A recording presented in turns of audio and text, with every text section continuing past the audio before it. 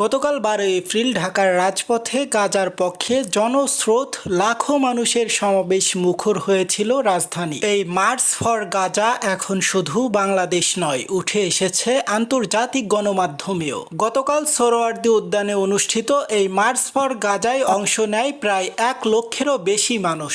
মানুষের হাতে হাতে ছিল ফিলিস্তিনের পতাকা, মুখে স্লোগান ছিল ফ্রি ফ্রি প্যালেস্টাইন। এই দৃশ্য একদিকে যেমন ছিল আবেগঘন, অন্যদিকে শক্ত বার্তা দিয়েছে বিশ্বকে। এই গণজাগরণ আন্তর্জাতিক সংবাদ মাধ্যমেও গুরুত্ব পেয়েছে।